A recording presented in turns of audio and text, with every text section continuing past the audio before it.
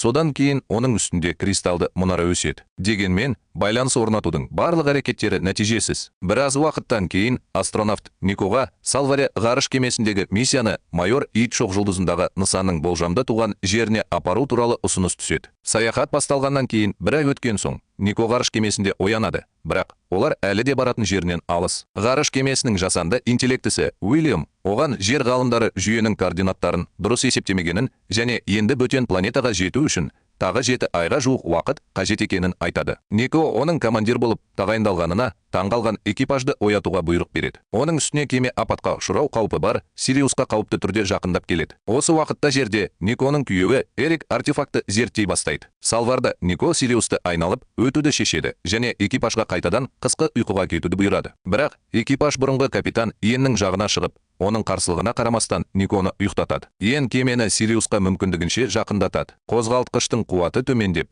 ол өшеді. Нико өзін оятуға мәжбүрлейді. Қолмен басқаруға ауысады және барлығын құтқарады. Осы уақытта жер бетінде бөтен зат кенеттен Эрик таратқан музыкалық шығармалар түрінде сигналдар жібере бастайды. Ғарышта кемедегі ұйқы жүйесіндегі барлық байланыстардың өшірілгені анықталды. Сонымен қатар Иан өзінің жеңілісін қабылдай алмайды. Олар кемені бірге жөндеуге тырысқанда, ол Никоның арқасынан пышақтап тастайды. Алайда ол оны электр заряды бар сымға итеріп жіберіп, оны өлтіреді. Кейінірек Нико бұл туралы командаға хабарлайды. Бұл тағы да жанжал тудырады. Жанжалдың ортасында апат орын алып, кеме оттегін жоғалта бастайды. Олардың толық есінен танып қалуына небәрі 5 сағат қалды. Ал инженер оттегі бар ең жақын планетаны табады. Біраз уақыттан кейін топ үңгірлерден оттегі бар рингвудит минералын алуға болатын планетаны табады. Планетаға жету үшін Нико екінші ұшқыш Касаны оятады. Экипаждың бір бөлігі планетаға түсіп, қажетті кристалдарға толы үңгірді табады. Жұмыс кезінде инженер дулығасын ашады. Өйткені оттегі деңгейі 19%-ді құрайды және ол еркін тыныс алады. Ақырында үңгірден шыққан астронавтар қандай да бір себептермен жіберіп алған айдың көтеріліп жатқанын көреді. Нико шұғыл ұшуға бұйрық беру керек. Артта қалғандар кеменің ұшып бара жатқанын көреді. Адамдар Нико өзі басқарған шаттыл жақын жерге қонған кезде және капитан экипаж мүшелерін алып кеткенде, Нико оларды өлімге қалдырды деп ойлайды. Жерде Эрик кішкентай қызын артефактіге апарады. Онда ол шетелдіктер жаман нәрсе жасағысы келгендей сөйлесуге тырысуы мүмкін екенін айтады. Олармен мұны баяғыда жасар едім. Осы уақытта кемеде қыздардың бірі Петра кенеттен ауырып қалады. Талдаулар стресс гормондарының жоғарылағанын көрсетеді. Нико оларды Сириусқа жақындатуды сұрайды. Сол кезде кенеттен Салваре ішіндегі температура көтеріледі. Капитан қолмен басқаруға ауысады. Бірақ кенеттен көру қабілетінен айырылады. Оның стресс гормондарының деңгейі де кестеден тыс екені белгілі болды. Астробиолог Джулиан оның қанындағы бордың жоғары деңгейін тез анықтап, планетадан алынған топырақ үлгілерін тексеріп, олардан вирусты бөліп алғанын хабарлады. Команда жағдайды талқылау үшін жиналып жатыр. Күтпеген жерден Петра басының артқы жағында бірдеңе өсіп жатқанын сезеді. Оны өлтіретін оның жүйке жүйесі екен. Джулиан вакцинамен жұмыс істей бастайды және оны өзіне енгізеді. Бірақ оның Петра сияқты белгілері бар екенін түсінеді және досын оны ғарышқа жіберуге көндіреді. Ол бұл талапты орындайды. Бірақ дәрі-дәрмекпен жұмыс істегенде гамма сәулелердің вирусты өлтіретінін түсінеді. Нико кемені Сириусқа қарай бағыттап, экипажды оларды емдейтін радиацияға ұшыратады. Кейінірек Нико қатты соққыдан оянып, борттағы біреу оларды аңдып жүр деп күдіктеніп, жараланған инженерді көреді. Жасанды интеллект Уильям қандай да бір себептермен желіден ажыратылған болып шықты. Нико мен Кас инженерді бөтен планеталық шабуыл жасаған кезде ауруханаға апарады. Экипаж кемені тінтіп, қауіпті бөтен планеталықты ғарышқа ұшыруға әрекеттенеді.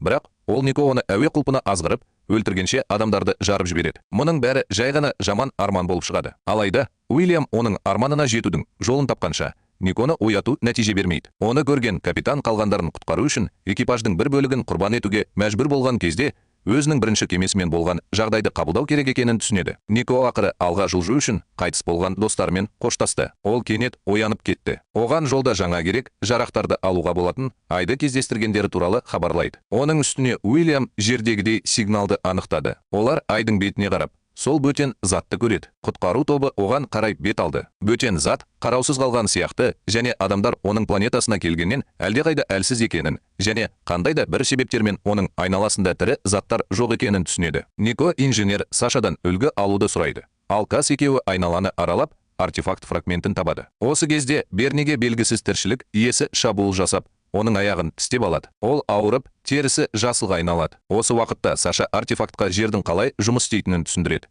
Өйткені оны бірдеңе ұстап алып, ішке тартып алады. Осы уақытта Кас пен Нико гүлдермен көмкерілген орманды тауып алады. Бұл бір түрлі эйфория сезімін тудырады. Эффект жойылған кезде ғарышкерлер артефактіге қайта оралады. Онда Саша оларға бір түрлі түс көргенін айтады. Топ тез жақындап келе жатқан өрмекші тәрізді тіршілік иесін байқаған кезде Салварға қайтады. Алайда ғарышкерлер қашып үлгерді. Олар кемеге кіріп кеткен кішкентай бөтен тіршілік иесін байқамай ақ залалсыздандырылады. Сол кезде Саша күтпеген жерден доппельгангерді ұстап алады.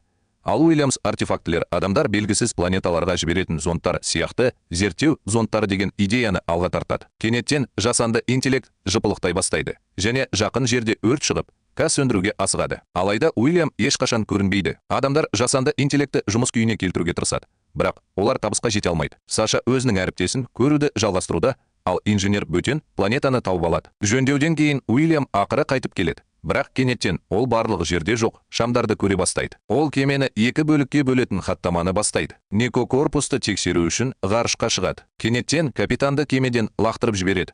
Бірақ Нико апат болған жерді тексерген бойда Салвар энергетикалық қалқанды іске қосады, және ол жоғалып кетеді. Ғарыш кеңістігінде жалғыз қалған Нико байланыс орнатуға тырысады. Кас дәл осылай жасайды. Дегенмен, кейбір экипаж мүшелері Никоның өліміне сенімді. Салваренің өтіп бара жатқанын көргенде, оның оттегінің 4% ғана қалды. Нико қалған оттегін оны табу үшін, сигнал жіберу үшін пайдаланады. Капитан ақаудың қай жерде болғанын нақты түсіндіреді, және экипаж оны жөндеуге асығады. Дегенмен, жүйе ағып кетудің бұзылуы туралы хабарлайды. Зақымдануды жөндеу кезінде инженер қаза табады. Алайда Уильям қайтып келеді. Саша миының сканерлеу нәтижелеріне қарап, файлды жояды. Осы уақытта жерде Эрик жарықты пайдаланып артефактпен жұмыс істеуді ұсынады. Бұл табысқа әкеледі. Кенеттен артефактының астынан есік ашылады. Олар ішке дронды ұшырды. Алайда сигнал жоғалып, мониторларда Сашаның суреті пайда болды. Кемеде Саша графиня майордың жүйесіне алдағы келуі және қараңғы материяның қауіптілігі туралы әңгімені естиді. Осы уақытта жерде Эрик артефакты өз еркімен енгізуге ерікті болды. Алайда сигнал бірден жоғалып кетті. Оның орнына Саша Эриктің алдына шығып, оны 20-шы жыл бұрын Нико екеуі кездескен аудиторияға апарады. Ол олардың алғашқы кездесуі туралы айтып, оның өз екенін дәлелдеді. Алайда Эрик оның бөтен планеталық екенін түсініп, сұрақтар қоя бастайды. Нико оған тақтадағы есептеулерді көрсетеді. Ал Эрик қызына телефон соққанда жердегі шешілмейтін теореманы оңай шешеді. Ол артефакттан шығып, есінен танып қалады. Осы уақытта жерде министр артефакты әскерилермен бірге енгізуге шешім қабылдады. Бұл туралы білген соң, Эрик олардың артынан асығады. Оның қызы ептілікпен оның соңынан ереді. Кемеде бағдарламашы Хавьер Сашаға егер шетелдіктер дұшпандық танытса, олардың кемесі бүкіл планетаны жою үшін энергия сәулесін бағыттай алатынын айтады. Саша Хавьерді бұрышқа бұрып, оған Уильямды қалай қабілетсіз ету және кемені жою керектігін түсіндіруді бұйырды. Оның көзі ағарып, Сашаның көзінен екі ине шығып, Хавьердің көзін тесіп кетті. Бір қызығы, оның әкесі жердегі артефактың қасында тұрған министр мұның бәрін көріп тұр. Артефакт қара түске айнала бастайды және күшті дыбыс толқыны барлығын құлатады. Эрик қызын жерде ес-түссіз жатқан жерінен тауып алады. Осы уақытта Салваре қара материяның үлкен бұлтына түседі. Адамдар лазерлердің олардың жанынан өтіп бара жатқанын көреді. Уильям бүкіл команданың гормондарының жоғарылағанын атап өтті. Қараңғы материя серотонин деңгейін жоғарылататын сияқты. Лазерлер сутегінің зарядталған бөлшектері болып табылады, және олардың барлығы заңсыз заттардың әсеріне ұқсас гормоналды әсерге ие. Саша көңілді топты бақылап отыр. Кейінірек ол кемені басқаруға кіруді өшіреді. Оның әріптесі тек Сашаға ғана көрінетін. Планеталарды жою мүмкіндігін қалай өшіру керектігін анықтау үшін барлық инженерлерді оятуды ұсынады. Алайда кенеттен Уильямның айқайы естіледі. Бұл арада жер бетінде Жаннаның артефактың кесірінен жедел лейкозбен ауырғаны анықталды. Кемеде ақаулы жасанды интеллект бар. Уильям Сашаға оны қалай қалпына келтіру керектігін айтып жатыр. Кейінірек команда жойылған файлдардан Сашаның компьютерлік томографиясын тауып, оның енді адам емес екенін түсінеді. Оның миына бөтен паразит қонды. Олар екінші ұшқыштың айқайын естіп, Сашаның көзінен ұшқыштың көзіне қарай созылған оғаш шатырларды көреді. Нико мен Кас ұшқышты құтқарып, Сашаны диспетчерлік бөлмеге қамап, даблды қосып үлгерді. Нико шетелдіктер Сашаны экипаждың өлтірушісі етіп таңдағанын түсінеді. Өйткені ол оған немқұрайлы қарады. Содан кейін ол Уильямның да бір түрлі көрінетінін байқайды. Оған сақтық көшірме қажет. Бірақ бұл файлдар енді қолжетімсіз. Жер бетінде артефакты аралаған журналист шетелдіктерді имплантациялауға келісіп, енді шетелдіктердің аты Акая екенін айтады. Энергияның жарылуы қорғаныш болды. Өйткені ол Джонның генетикалық ауытқуы бар екенін білмеді. Алайда Акая оны емдей алады. Осы уақытта инженер Салвар салқындату жүйелерін қосады. бірақ Саша оларды қайтадан өшіреді. Олар Берни жүйені және өзін бір уақытта электр тоғымен зақымдап, барлық қосылымдарды үзгенше жұмысын жалғастырады. Саша барлық төменгі палубаларға оттегі беруді тоқтатуға тырысады, бірақ оның басы қатты ауыра бастайды. Ол өз емес екенін мойындайды. Ал Аккая капитанмен бетпе-бет келеді. Нико одан келімсектерге олардың соғысқысы келмейтінін жеткізуін сұрайды. Бірақ егер ол кемедегілердің бәрін өлтірсе, бұл адамзатты күш қолдануға мәжбүр етеді. Соған қарамастан, ол кемені қара тесікке бағыттаған кезде оттегін өшіреді. Нико шаттылдармен эвакуациялау туралы бұйрық береді. Бірақ кемеде қалып, жағдайды түзетуді жоспарлап отыр. Барлығын шығарып салғаннан кейін, ол Уильямның жасанды интеллектімен кездесіп, оның қайтып келуін өтінеді. Алайда, Саша оған шабуыл жасап, оны ұстап алып, тұншықтырып өлтіреді. Нико есінен танып қалады. Ол Уильямның қасында оянып, Сашаның басындағы импланттың қуат көзі бар екенін түсінеді. Бұл оны ұшуға қажетті импульсті генерациялау үшін пайдалануға болатынын білдіреді. Осы кезде экипаж Никоның дауысын естиді. Ол Уильямның тағы да қасында екенін, және олар қайтып оралуы мүмкін екенін айтады. Сашаның миы қуат көзіне айналды. Құтқару жақын арада мақсатына жетеді. Ғарышкерлер Аккая қаласына бет алды. Бірақ жақын жерге қонуға шешім қабылдады. Кас пен Нико үңгірлерге жетіп, қанатты бөтен планетаны байқайды. Жақын жерде бөтен жасанды интеллект бар. Ол кенеттен олармен жер тілінде сөйлеседі. Олар соңғы 100 жыл ішінде терең ғарышқа жіберілген адамның барлық сигналдарын қабылдағаны белгілі болды. Жасанды интеллект Аккаяның Закир деп аталатын осы планетадан 427 жарық жылы қашықтықта екенін түсіндіреді. Ол Аккаяны іздемей, олардан жасырынуға кеңес береді. Өйткені олар тек жойылуға ұмтылады. Бұл арада Сашаның әріптесі оны мазақ етеді. Ал нағыз Саша бір ғана нәрсені, өлімді қалайды. Захариде Уильям планетаның жасанды интеллектімен байланысып, Аккая патшалығында құлдықта болған 336 жұлдыз жүйесі бар екенін біледі. Егер Аккая жер бетінде болған болса, адамзат құрдымға кетеді. Саша дәрігерді арандатып, оны құртуға мәжбүр етеді. Саша ашылғаннан кейін, ғалымдар Аккаяның имплантатын зерттеп жатыр. Өліп жатқан Хавьерді құтқару үшін, олар оның басына қайта бағдарламаланған имплантты енгізеді. Осы уақытта Нико мен Кас сүйектерге толы жерді тауып, бас сүйектерінің бірінің ішінен Сашаның басындағыдай Аккая имплантатын тапты. Әйелдер соғыстың болмай қоймайтынын түсініп, Закирдегі Аккая зонтын жоюға бел буады. Нико Захарондардан көмек сұрайды. Аккая басып алған Захарондықтардың бірі шаттылға шабуыл жасайды. Бірақ қозғалтқыштың өртенуінен қаза табады. Салваре Никоның бұйрығымен Закирдің артефактісіне энергия сәулесін түсіріп, оны жойып жібереді. Кенеттен Уильям қазіргі уақытта жердегімен 1/5 бөтен нысанның жақындағаны туралы хабарлайды. Келесі сәтте Ака Закир планетасын жойып жібереді. Жерде Эрик Янаны артефакттың қасына апарып, Аккайдан оны құтқаруын өтінеді. Артефакт есігін айқара ашады. Журналист өзінің ізбасарларына Аккаяның жермен дос болғысы келетінін айтады. Ғарышта кеме экипажы планетаның жойылуынан шошып кетті. Сонымен қатар, Закирдің сынықтары кеменің бір бөлігіне соғылып, экипаж мүшесін өлтірді. Нико барлығына асханаға баруды бұйырады. Ал өзі сол жерге канал арқылы барады. Кеменің қорғаныс қалқаны шыдай алмауы мүмкін. Сондықтан олар жарылыс толқынының астынан тез арада шығуы керек. Бұл арада Уильям Сашаның бөтен имплантаты негізінде тағы бір жасанды интеллект, жартылай адам, жартылай Ака жасағанын мойындау керек. Командир оны жоюды талап етеді. Бірақ ол оны адамдар үшін қауіпті емес деп сендіреді. Нико бағдарламашы Ричардты оятуы керек. Ол кенеттен Никоға осындай маңызды миссияны орындау үшін неге мұндай қабілетсіз бұйрық берілді деп таңғалады. Ол жасанды интеллектпен сөйлеседі, және ол Яра есімін таңдап, сыртқы түрін өзгертеді. Ол адам робототехникасының заңдары туралы ештеңе білмейді, және Аккаямен ешқандай байланысы жоқ. Бірақ Закир планетасындағы Аккая бөтен зонтын еш себепсіз бірінші болып жойған адамдар болды.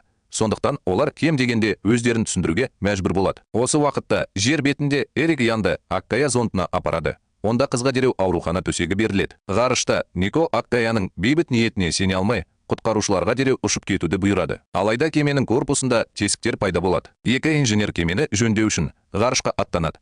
Бірақ кенеттен Аккайдың кемелері құтқарушылардың қасында пайда болып, оқ жаудырады. Инженерлер қаза тауып, Нико оларды неге аяқтамағанына таңғалады. Яра Аккаямен байланысады, және олар Никомен келіссөздер жүргізгісі келетіндерін айтады. Жерде Аккая зонты есігін жауып, Эрикті сыртта қалдырады. Осы уақытта Салварда Нико касадан жерге қайта оралуға тырысуын сұрайды. Өйткені ол соғысты бастап кеткен. Біраз уақыттан кейін Нико өзінің шаттылымен Ахая кемесіне мініп, Салваремен байланысын үзеді. Көп ұзамай Нико алда тұрған керемет жарықты көріп, оған кіреді. Әйел кенеттен қызының төсегінің қасында болғанша, оның айналасында көптеген жарқыраған жаратылыстар айналады. Жанна оянып, оны шақырады. Бірақ Нико болып жатқан оқиғаның шындығына сенбейді. Қыз өзінің ауруы туралы айтады. Ал анасы оған сақина сыйлайды. Жанна сыртқа жүгіріп шығады. Оны Эрик қарсы алады. Нико да артынан жүгіреді. кенеттен анасының алдынан шығады. Нико кенеттен анасының бейнесін шетелдіктер алғанын түсінеді. Акая мұны растады және Никодан жерге олардың бейбіт ниеттері туралы хабарлауын сұрайды. Дегенмен, Нико олардың жақсылық туралы түсінігі әртүрлі екеніне сенімді. Ол Лукияны бүкіл планетаны жойды деп айыптайды.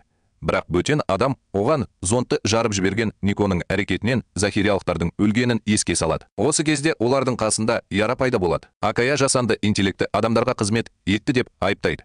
Яраны тамағынан ұстап, оны құтқару шеңберіне итеріп жібереді. Онда ол экипажға көргендерін айтып береді. Осы уақытта Нико Акаямен дауласып, оның келіссөздерге дайын екенін дәлелдейді. Модельдеу өзгеріп, Нико қызы Джоннаның жерлеу рәсіміне қатысады. Эрик оны отбасын тастап кетті деп айыптайды. Оған Нико отбасы мен адамзаты арасында соңғысын таңдаймын деп жауап береді. Симуляциядан тыс жерде Нико көзін жұмып отырады. Ал оның денесіне өрмекші тәрізді кішкентай робот өрмелеп шығады. Симуляцияда Эрик кенеттен оған шабуыл жасайды. Ал Нико төбелесуге мәжбүр болады. Ол оянып, роботты басып жатқанын көреді. Сол кезде Касс оны тауып алып, оны шаттылға апарады. Жерде Жанна Эрикке әкесінің неке жүзігін сыйлайды. Салварда олар Акая кемелерінің пайда болғанын байқайды. Сондықтан Ричард жарық жылдамдығына дайындалуды бұйырады және Ярадан көмек сұрайды. Оның бақылауын өшіруге уәде береді. Осы уақытта Нико мен Ка кеменің ұшып бара жатқанын көріп, әйелдерді жау кемесінде қалдырады. Акая дереу Кассаны тыныштандырады. Ол өзін көптен бері қайтыс болған ағасымен симуляцияда көреді. Нико Акаяның науаны қуып келе жатқанын түсінеді. Кемеде Уильям олардың артында гравитациялық толқынды тауып алады. Оны Ричард Акаяның кемесі деп түсіндіреді. Дегенмен, ол Касс пен Никоның әлі тірі екеніне үміттенеді және Ярамен криокамерада кездесуді ұйымдастырады.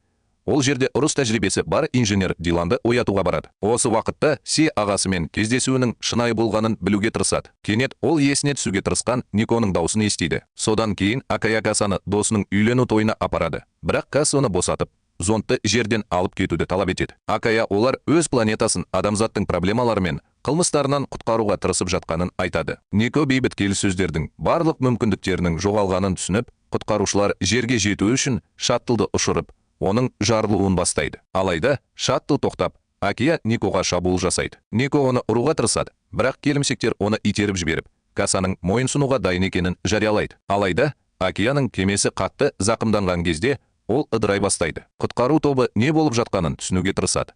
Ал Дилан нейтрондық жұлдыздың энергия шығарындыларының әсерін анықтайды. Уильям жақын жерде тоқтаған Кая кемесінің зақымдануын анықтады. Шамасы, нейтрондық жұлдыздар оларға әртүрлі әсер етеді. Бірақ ең бастысы, ол жау кемесінде тіршілік белгілерін байқамайды. Бұл арада Кассаны модельдеу қайғылы оқиғаға айналады. Ол қайтыс болған достарын көреді. Энтони әлі де ынтымақтастық туралы келісімін алуға тырысуда, бірақ күтпеген жерден қайтыс болды. Акаяның имплантатын құрбысынан жұлып алған Нико екені белгілі болды. Осылайша модельдеу аяқталды. Жерде Эрик әріптесімен Сақинаның жағдайын талқылап жатыр. Өйткені ол кеткен күні әйелінің қолында болғанына сенімді. Ер адам көшеге шығады. Оны бетперде киген бейтанысы адам ұрлап әкетеді. Ол жертөледе оянады. Онда ұрлаушы оған Акаяның жердің досы емес екенін ескертеді. Осы уақытта Нико мен Ка шаттлға қарай бет алып, жақын жерде нейтрондық жұлдыздан тағы бір энергия жарылысын бастан өткеріп жатқан Салварды көреді. AKA технологиясынан айырмашылығы, ол дерлік жарақатсыз қалады. Ричард олардың Акаяға қарсы нейтрондық қару жасай алатынын түсінеді және Нико мен Кассты есепке алмай жерге оралуға дайындалуды бұйырады. Нико құтқарушылармен Уильям естіген дулығы арқылы байланысады. Әйелдер құтқарушыларға қайта оралуға дайындалып жатыр. Ака оларға хабарласып, оларды құтқаруды өтінеді. Олар жерге зиян тигізбеуге ант береді. Ал адамдар келімсектерге сенеді. Нико мен Ка құтқарушыға оралады. Онда Ричард Ака ғарыш кемесі нейтрондардың жарқылына сезімтал екенін түсіндіреді. Дилан Акайдың кемесін нейтрондық жұлдыздың қолы жетпейтін жерге сүйреп апаруды ұсынады. Ал Нико мұны құптайды. Адамдар сүйретуді бастап үлгерді. Бірақ құтқару кемесіндегі жасанды тартылыс күші жұмыс істемейді. Нико қиын шешім қабылдап, бөтен кемені жойып жіберу керек. Кейінірек Уильям электр қуатын өшіру Яраның бастамасымен болғанын хабарлайды. Алайда ол кеменің тартылуын бұзбағанын айтады. Осы уақытта Касс достарына өмір сүруге жарамды планетаны көрсету үшін телефон соғады. Нико бас колонизаторды оятуды өтінді. Осы уақыт ішінде Дилан деректерді өңдеуді баяулатады және навигациялық құрылымдарды табады. Бұл AI-ны қатты ауыртса да, бұл Ричардты тоқтата алмайды. Яраның айқайын Нико естіп тұр. Ол Яраның құтқарушының қозғалтқыштарын тоқтатуға қатысы бар екенін мойындағанына қарамастан, азаптауды тоқтатуды бұйырады. Осыдан кейін командир Ярадан кешірім сұрайды. Бірақ ол енді адамдарға сенбейді. Осы уақытта кассада Павелді отарлау жөніндегі маман оянады. Уильям кенеттен оның кодында жасанды интеллект зақымдалған сияқты қандай да бір жасырын процестің болып жатқанын байқайды. Бірақ Дилан рұқсат ашқанда, олардың алдында Габриэль есімді жасанды интеллект пайда болады. Осы уақытта Кас, Берни және Паула фаунаға бай жаңа планетаға қоныстанды. Кемеде Габриэль Никомен танысады және оның құтқарушыда болуы керек түпнұсқа жасанды интеллект екенін айтады. Ал Уильям төмен нұсқасы. Сондықтан Уильям дұрыс емес экипажды оятып, айды анықтай алмады және бөтен жасанды интеллектті жасады. Уильям өз сөзін растайды және Габриэльге мойынсұнып, есінен танып қалады. Яра Уильямды жақтайды. Бірақ Габриэль оларды тезірек үйге жеткізудің жолын тапқанын айтады. Жерде Эрик бөтен зондты айналып өтуді жалғастыруда, оның алдында есік ашылғанша және Акия әйелімен кездесуге уәде берген әріптесі ретінде пайда болғанша. Жасанды интеллект кемесінде Габриэль Яра неге Акаядан қалай бостандыққа шығу керектігін сұрамағанына таңғалады. Дилан Никоға Габриэльдің кодын тексергенін және оның қашан жасалғанын білмейтінін, оны өзі қайта жазғандай болғанын айтады. Нико Габриэльдің дыбысын өшіруді сұрайды және Дилан кенеттен тұншығып, есінен танып қалғанда Яраға қоңырау шалады. Нико да есінен танып қалады. Габриэльдің Яраның наразылығына қарамастан кеменің бағытын өзгертіп жатқанын білмей, ол Габриэльдің естеліктерін бұзып, сынақ кезінде Уильям емес, оның барлық сынақтардан өте алмағанын және оны алып тастау керек екенін біледі. Яра өзінің басынан кешкендерін есіне алып, Габриэльді азаптайды. Осы уақытта ауа беру қалпына келтіріліп,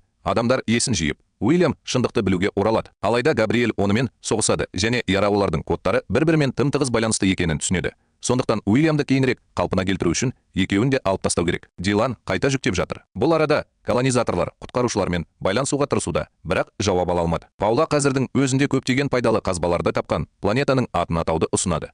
Бірақ адамдар оларды жергілікті өркениет бақылап отырғанын білмейді. Кемеде Дилан Уильямды қайтарады. Бірақ бұл оның естеліктері жоқ ерте нұсқасы. Осы уақытта планетада адамдар шаттлдың жанындағы шудан оянып, дыбысқа қарай жүріп, оғаш іздерді табады. Паула қандай да бір тіршілік иесін байқап, оны атып тастайды. Содан кейін оларды кемеге апарады. Онда дәрігер бірден белгісіз тіршілік иесінің қанындағы іздерді талдай бастайды. Паула табылған планетаның ішкі бөлігінде қанша пайдалы минералдар бар екенін көрсетеді. Сонымен қатар, ол жерге өте жақын орналасқан. Бұл арада дәрігер жердегі жәндіктер сияқты гемоглобиннің жетіспеушілігінен тіршілік иесінің қаны сары болғанын айтады. Нико планетаға толық талдау жасауды шешеді. Бұл арада Ричард пен Яра Акаяның бағытын зерттеп, олардың әрқашан бір-бірімен байланысты екенін түсінеді және ғарыштық жіптердің қалай пайда болатынын көреді. Шетелдіктер үшін энергия көзі. Осы уақытта жерде Акая Эрикке адамдарды ғарышта емес, жерде көргісі келетінін айтады. Бөтен адам адамға жердегі табиғатты қалпына келтіруге көмектесетін сфера береді. Жаңа планетада Паула ағаштардың құрылымын талдайды.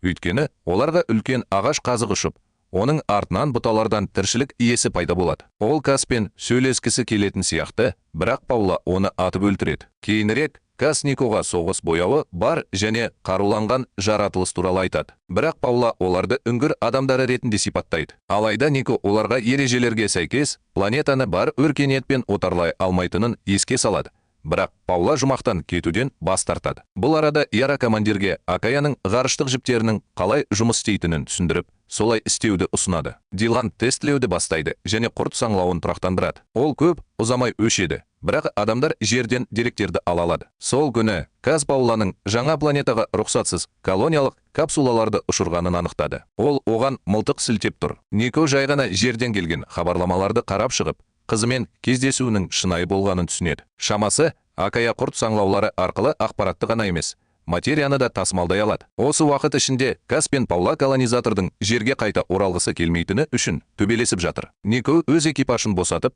экипажға үйге жаңа жолмен оралуға дайындалып жатқанын хабарлайды. Құтқарушы саяхатын құрт тесігі арқылы бастайды. Олар Юпитерді қазірдің өзінде көре алады, бірақ құрт тесігі күткеннен ертерек таралады. Нико барлығына төменгі палубаға көшуді бұйырады және кемені екі бөлікке бөліп, қолмен басқаруға көшеді. Осы уақыт ішінде Яра Ричардқа оны ешқашан кешіре алмайтынын мойындайды. Сондықтан ол оның жерге баратын жолын жауып тастайды. Нико Каспен қоштасып, одан Акая туралы не білгендерін және жерді қалай қорғауға болатынын айтып беруін сұрайды. Содан кейін ол кеменің түбін бөлетін қолмен басқару элементтерін қосады. Ол құтқарушының құрт саңлауынан өтіп бара жатқанын бақылап, жымиды. Бірақ содан кейін Ричард оған жақындап, Яраның әрекеті туралы айтады. Командир ашуланбайды, өйткені оның жоспары бар. Осы уақытта Эрик пен оның командасы Акая сыйға тартқан шарды сынап жатыр. Олар оны шөл даланың ортасындағы ластанған көлге түсіріп жатыр. Жарылыс болып, Шөл ежелгі орманмен көмкеріліп, астындағы топырақ бұзылмай жатыр. Юпитер аймағындағы тұрақсыздық туралы хабармен жалпы толқу үзілді. Адамдар ол жерде құрт тесігі пайда болғанын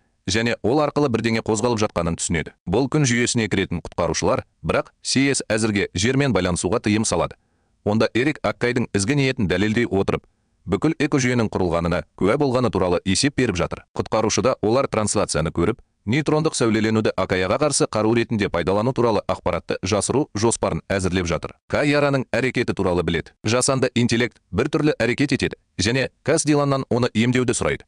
Өйткені ол құрт саңлауын қайта ашып, Нико мен Ричардты құтқарудың жалғыз мүмкіндігі. Содан кейін ол өзін құтқару командирі ретінде таныстыра отырып, хабар таратуды бастайды және Никоның басқаларды құтқару үшін өзін құрбан еткенін хабарлайды. Эрик Никоның оттегіге 2 аптадан астам уақыт қалғанын және оны әлі де құтқаруға болатынын есептеді. Ол әріптесі Сетпен бірге Акая зондына барып, көмек сұрайды, бірақ ол үндемейді. Кенет Сеттің алдынан есік ашылып, ішке бір адам кіреді. Бұл арада кемеде яра мәселесінің шешімін іздеп жатыр.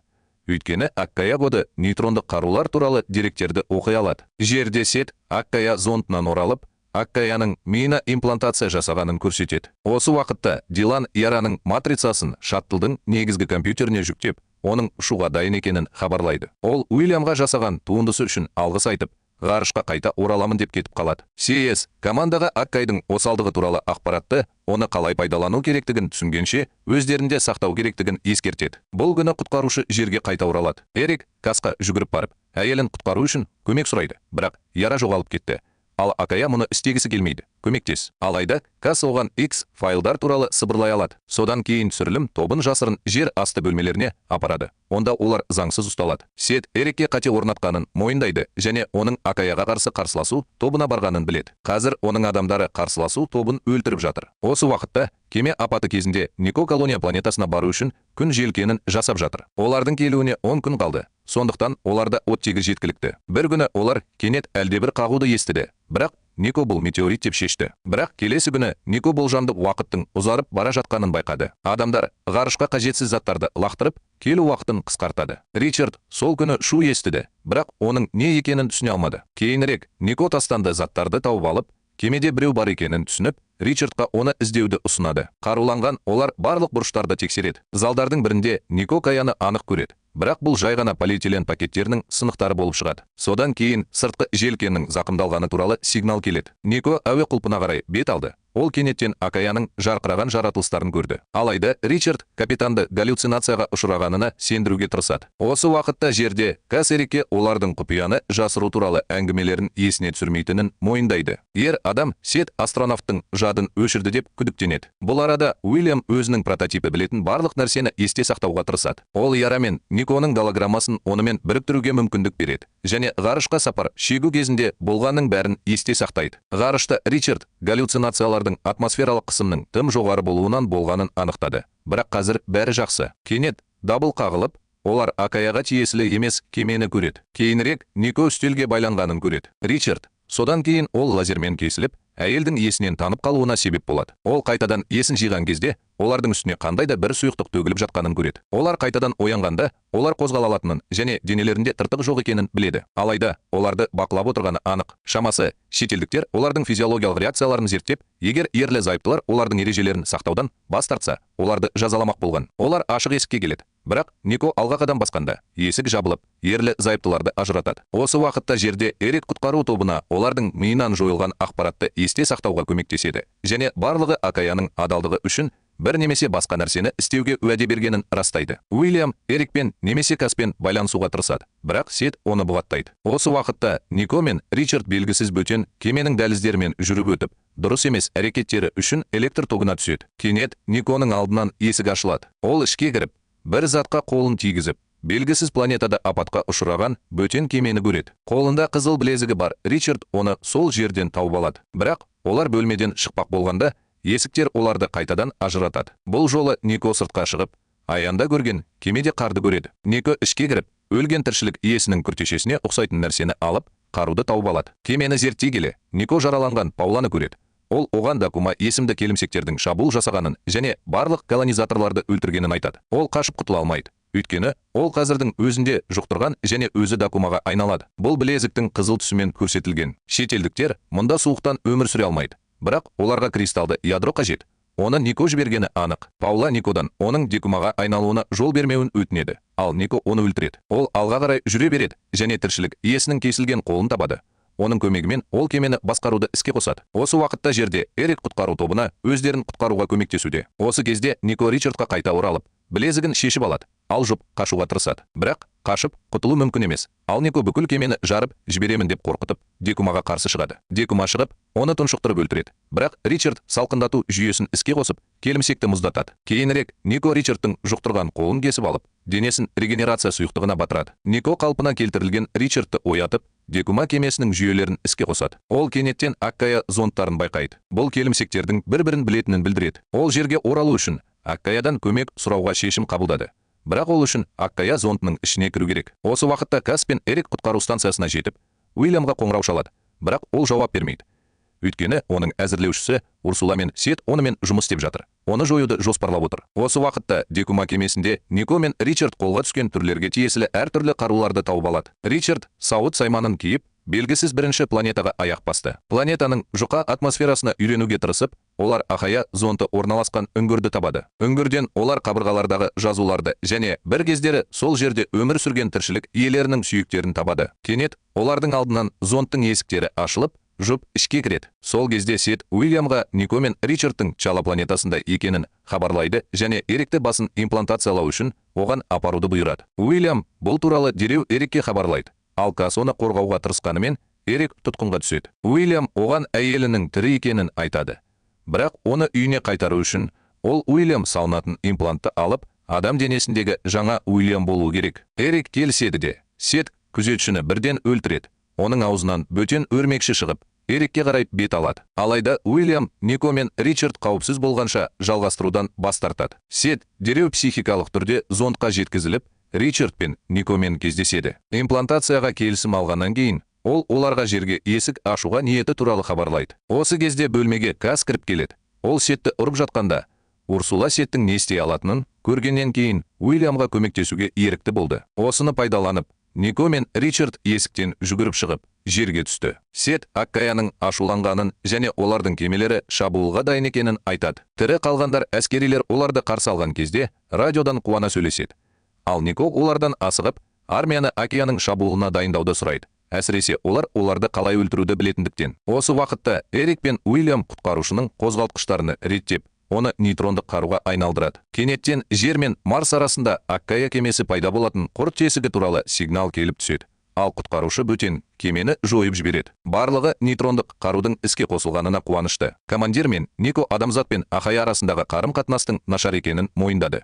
Өйткені шетелдіктер барлық жерде өлім себуде. Бірақ Сет керісінше екеніне сенімді. Осы уақыт ішінде адамдар ашылып жатқан, ондаған құрт саңлауларын тауып жатыр. Ал Сет Ака кемелері мен импланттарын қабылдауға және ең бастысы құтқаруды жоюға жаңа талаптар қояды. Сонда Ака жерді аямайды. Кейінірек Нико мен Эрик бір-бірін қайта көреді. Ол оған неке жүзігін қайтарады. Ол экипажды жинап, барлығы 59 Ака кемесі табылғанын хабарлайды. Содан кейін Уильямс қазірдің өзінде жарылып жатқан кеменің сынықтарын зерттеуді ұсынады. Онда Ака тұтқыны табылды. Ол өте тыныш, шамасы қуат көзінің жоқтығынан. Аканы зерттеу барысында Акаяның ғаламды жаулап алып, биологиялық тіршілікті жойып жіберетін жоғары дамыған жасанды интеллект екені анықталды. Содан кейін Дилан адам ағзасына енгізілетін компьютерлік вирусты қолдануды ұсынады. Содан кейін вирусты бүкіл Ахая жүйесіне жұқтыру үшін жұқтырған адамға Ахая имплантын салу керек. Сынақтарға Калифорниядан келген еріктілер қатысады. Талқылау жалғасып жатқанда Нико Кияға үнсіз жақындап,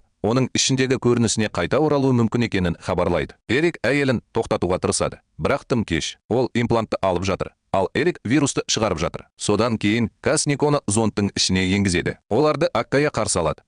Ол келіссөздер болмайтынын айтады. Өйткені адамзат ғаламдағы қатерлі ісік. Бөтен әйел Никоны мазақ етіп, өзіне жақын адамдарға айналып, ренжітетін сөздер айтады. Кенет Эрик зондтың ыдырай бастағанын көріп, Акаяның ауыра бастағанын сезеді. Нико оны өз мылтығымен атып, Касаны ұстап алады да, олар зондтан шығып кетеді. Ол ақырында жойылады. Жеңістегі барлық оқиғалардан кейін Нико ақыры отбасын құшақтайды.